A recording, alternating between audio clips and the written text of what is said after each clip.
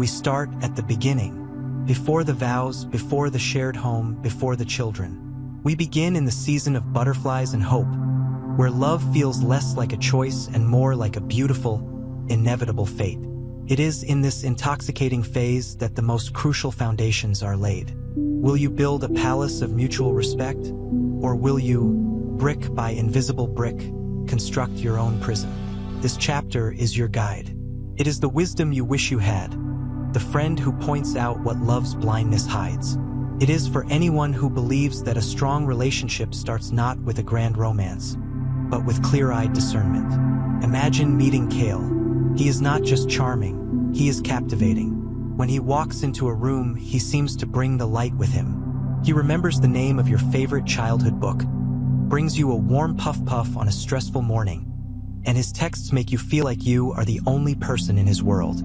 He listens with an intensity that makes you feel truly seen, perhaps for the first time. This is the honeymoon phase mask, and it is worn masterfully by those with a need for control. This initial perfection is not a red flag in itself. It is the soil in which potential flags are planted. The mask is not a lie per se. It is a performance of their very best self, a self that is often unsustainable. The problem arises when this charm is a tool to disarm you, to make you so grateful for his love that you later question your own judgment when the mask begins to slip. How could someone so perfect become so different? You will wonder. The truth is, the capacity for both was always there. The Prince Charming persona is the bait.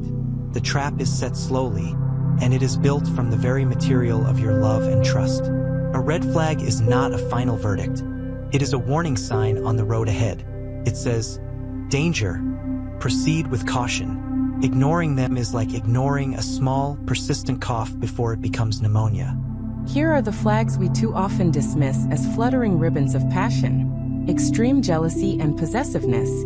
This is often the first flag, and it is frequently mistaken for devotion. When Kale questions who you are with, frowns at a friendly text from a male colleague, or suggests your outfit is too distracting for other men, he is not loving you intensely. He is staking a claim. He sees you not as a partner, but as a possession. The unspoken message is, you are mine, and any outside influence is a threat to my ownership. This is not love.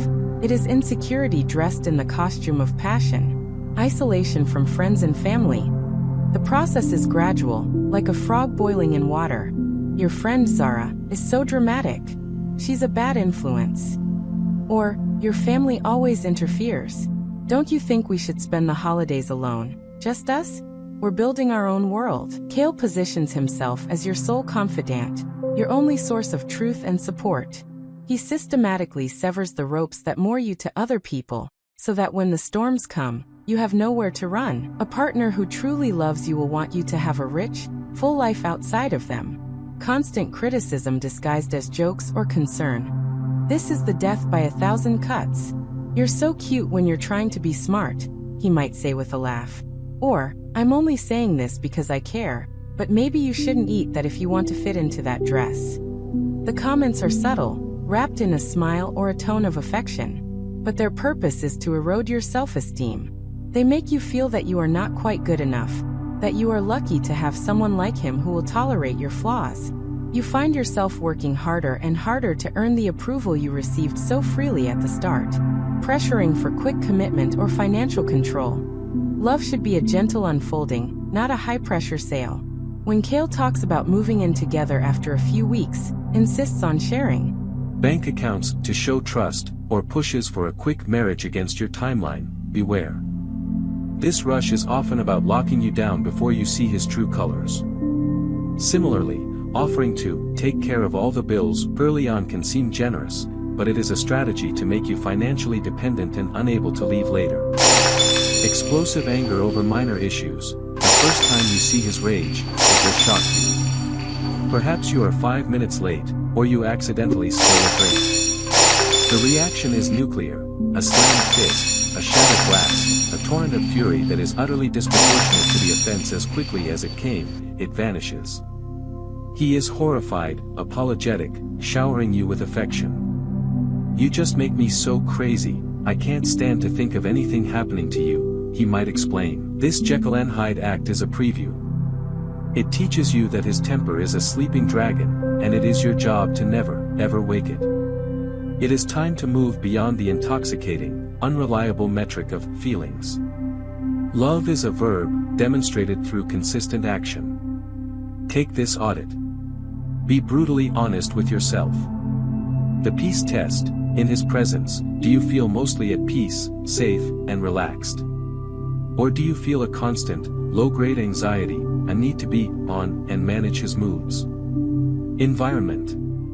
The respect test. Does he speak to you with respect, even during a disagreement? Does he value your opinions, your dreams, and your boundaries? Or does he dismiss, mock, or ignore them? The freedom test. Do you feel free to be your complete, authentic self? Can you see your friends, pursue your hobbies, and wear what you like without fear of commentary or consequence? The action test. Do his actions consistently match his words? Does he follow through on promises?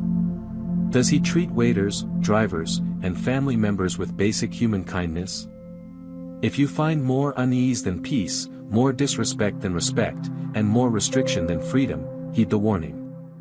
A foundation built on fear and control will never support a lasting love. It can only ever be a prison. Lyra first met Cale at a gallery opening. He was standing near a vibrant sculpture, not just looking at it, but seeming to understand it. When he turned his gaze to her, Lyra felt a jolt. Their conversation was effortless. He was a freelance architect, creative and intense. For the first 3 months, it was a whirlwind of perfect dates. He'd send her good morning messages with lines from her favorite poems. He remembered she loved hibiscus tea and would have a flask waiting for her on cold evenings. The first flag was small, almost imperceptible. They were at a party, and Lyra was laughing with an old university friend, Jax. Later, Cale was quiet in the car. "You and Jax seem very close," he said, his voice light. "It's just, I saw the way he looked at you. A man can tell these things. I love you so much. The thought of another man even getting close to you drives me insane." Lyra's heart did a little flip. He's jealous, she thought. It's because he loves me so much. How flattering. She squeezed his hand. "Don't be silly, Cale. You have nothing to worry about." She had just watered the first seed of her own confinement. She had mistaken a chain for a ribbon, and in doing so, given him permission to forge more. To understand the prison, you must first understand the landscape it was built upon. In Nigeria, domestic violence does not occur in a vacuum. It is often propped up, excused, and even enforced by a powerful, twisted web of cultural norms and societal expectations. This chapter is not an attack on our beautiful and diverse cultures. It is a crucial surgery to cut out the cancerous beliefs that have grown within them, using the sharp scalpel of truth and the law. Our traditions are meant to be a shelter, but for many, they have become a cage. We must courageously examine the specific cultural pillars that enable abusers and silence victims. The misinterpretation of submission. This is perhaps the most potent weapon in the abuser's arsenal. The biblical and cultural concept of a wife's submission is violently twisted from a voluntary, mutual respect into a demand for absolute obedience and silent endurance. It is stripped of its context, which calls for husbands to love their wives, as Christ loved the church, a standard of sacrificial, nurturing love. The abuser demands submission to his anger, his violence, and his control, not to a loving partnership. He wants a servant, not a wife. True submission in a healthy relationship is a two-way street of mutual deference and respect, not the unilateral surrender of one's safety and personhood. The tyranny of, at all costs, the pressure to preserve a marriage, no matter how toxic or dangerous, is immense.